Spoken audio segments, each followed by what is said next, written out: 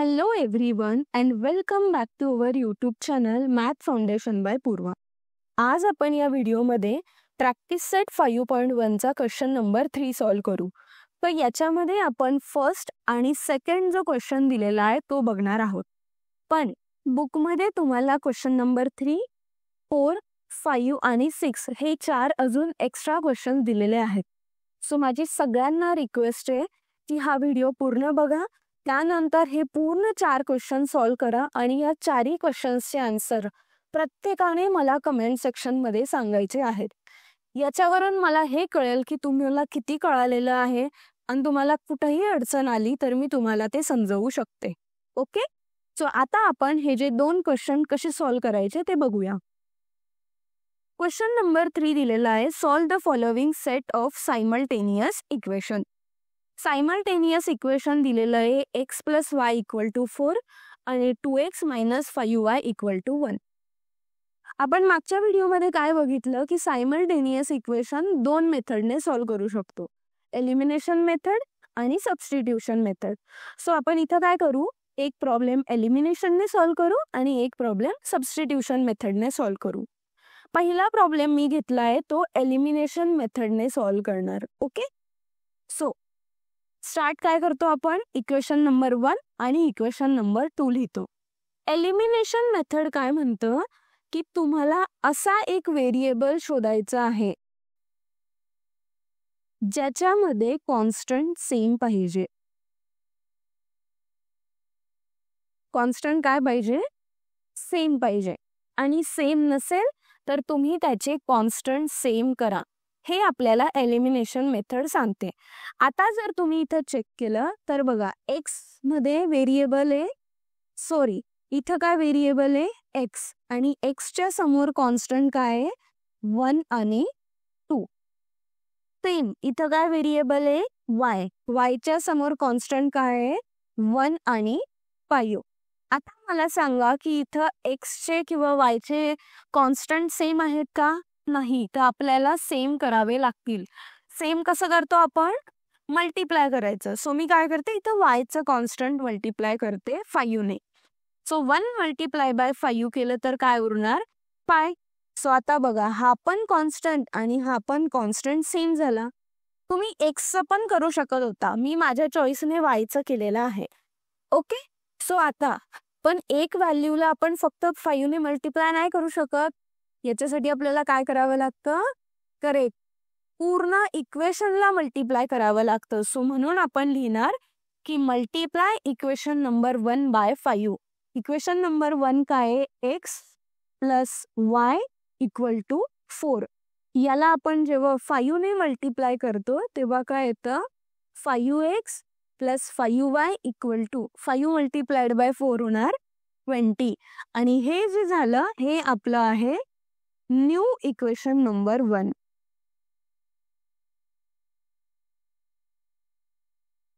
ठीक आहे, सो आपल्याकडे इक्वेशन 1 आणि इक्वेशन 2 होतं. आपण इक्वेशन 1 ला 5 ने मल्टिप्लाय केलं तर इथं न्यू इक्वेशन नंबर 1 आलं. आता बघा, न्यू इक्वेशन नंबर 1 आणि इक्वेशन 2 घेतलं कारण वायच्या समोरचा कॉन्स्टंट दोघीकडे सेम आहे. आता आपल्याला हे चेक करायचं असतं की ह्या दोघांचे जे साइन आहे ते जर सेम असतील तर सबट्रॅक्ट करावं लागतं आणि अपोजिट असतील तर ऍडिशन करावं लागतं. इथं साइन अपोजिट आहे, सो इथं प्लस आहे, इथं मायनस आहे. सो आपल्याला काय करावं लागेल, addition. So simple, 5x + 2x होणार 7x + 5y - 5y होणार 0 = 20 + 1 होणार 21. तो 7x = आला 21 आणि x = काय येणार मग 21 / 7 विच इज = आलं 3. सो इथं x ची व्हॅल्यू तर आपल्याला मिळाली. आता ही x ची व्हॅल्यू आपण काय करू, इक्वेशन 1 मध्ये पुट करणार. सो x ची व्हॅल्यू जेव्हा आपण इक्वेशन 1 मध्ये टाकू तेव्हा आपल्याला कोणाची व्हॅल्यू मिळणार, y ची. सो y = आलं आहे 1. तो एवढा सिंपल पद्धतीने आपल्याला सोल्युशन मिळालं. सो आपण लास्ट मध्ये काय लिहितो की सोल्युशन आपल्याला जे मिळालेलं आहे ते काय, x इक्वल टू 3 आणि y इक्वल टू 1 हे सोल्युशन आपल्याला ह्या सायमल्टेनियस इक्वेशनला सॉल्व्ह करून मिळालेला आहे. तो अशा पद्धतीने आपण हा फर्स्ट क्वेश्चन एलिमिनेशन मेथडने सॉल्व्ह केला. आता आपण हा जो सेकंड क्वेश्चन आहे हा सबस्टिट्यूशन मेथडने सॉल्व्ह करणार. कोणती मेथड आहे, सबस्टिट्यूशन मेथड. सगळ्यात आधी इक्वेशन 1 आणि इक्वेशन 2 लिहून घेऊ. सबस्टिट्यूशन मेथड मध्ये काय असतं की तुम्हाला असा व्हेरिएबल शोधायचा असतो की ज्याच्यामध्ये कॉन्स्टंट इक्वल टू 1 येईल. कॉन्स्टंट इक्वल टू 1 येईल असा व्हेरिएबल शोधला तर ते इक्वेशन तुम्हाला सॉल्व्ह करायचं असतं. हे आहे सबस्टिट्यूशन मेथडचा नियम.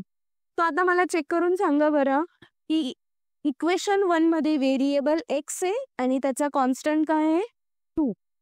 तो इक्वेशन 2 मध्ये कॉन्स्टंट काय आहे,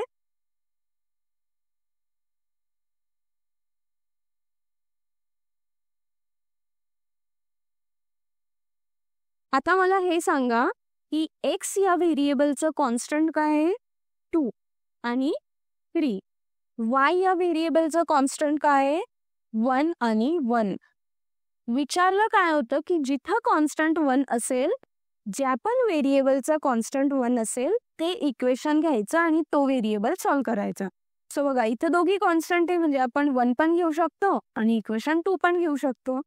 तो मी इथं लिहिते की मी इक्वेशन नंबर 1 सॉल्व्ह करणार आहे. म्हणून सॉल्व्ह इक्वेशन 1. इक्वेशन 1 आहे 2x plus y equal to 5. आपल्याला y ला शोधायचं आहे म्हणून y इक्वल टू आलं 5.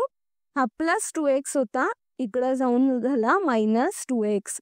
सो हे बघा आपल्याला y ची व्हॅल्यू इथून मिळाली आणि ही व्हॅल्यू इम्पॉर्टंट आहे कारण ही आपल्याला पुढे लागणार आहे. तर आता y equal to 5 minus 2x आहे हे आपण इक्वेशन नंबर 2 मध्ये टाकणार.